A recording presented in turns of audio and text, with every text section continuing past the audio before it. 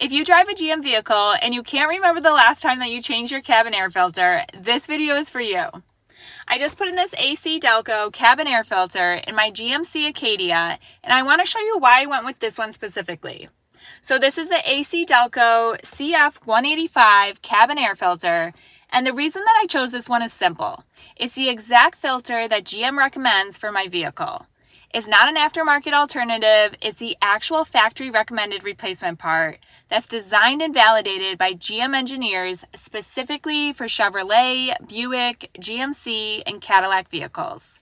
So I know that it's going to fit and perform exactly the way that it should. The construction is really well thought out. It has a multi-layered design that helps capture particles while still maintaining good airflow, so you're not sacrificing one for the other. The non-woven compound media is designed to trap dust, pollen, and other particles before they ever make it into your cabin. Installation was really straightforward. You just take your old filter out and slide this one in. It's an exact fit, which is what you want and expect from an original part.